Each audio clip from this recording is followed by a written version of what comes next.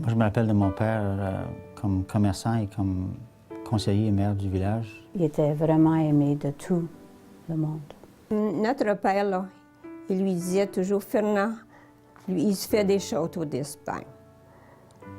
Il rêve en couleur. Et puis, c'est vrai ça, il pensait toujours à plus tard qu'est-ce qu'il va faire pour le bien.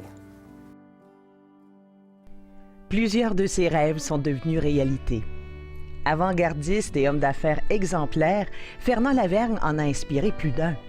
Ses actions et certaines de ses entreprises sont aujourd'hui des piliers pour le développement économique de la communauté de Saint-Pierre-Joly.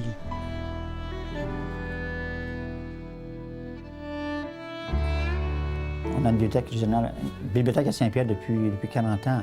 Et on a un bureau de tourisme à Saint-Pierre depuis les années 60. Il aimait beaucoup l'électricité, ça l'attirait beaucoup. Alors, il a pris le cours d'électricien pendant la guerre.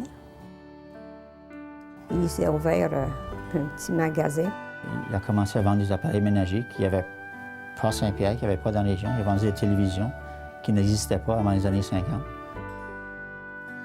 En 1955, il était président de la Chambre de commerce. Et en 1959, il travaille très fort pour attirer le bureau de la GRC à Saint-Pierre. Il a ouvert une quincaillerie, il a ouvert un magasin de sport dans les années 70, quand je suis arrivé du collège. C'est toutes des choses qu'on n'avait pas à Saint-Pierre et qu'il a vu une chance, une opportunité de développer un commerce. Il a fait en sorte que Saint-Pierre devienne un centre où les gens se sentaient bien pour vivre et travailler et qu'il voulait que les gens viennent à Saint-Pierre pour trouver des services. Fernand Lavergne a légué son sens des affaires à son fils Raymond, tout en donnant à la communauté de Saint-Pierre-Joly une culture de l'entrepreneuriat.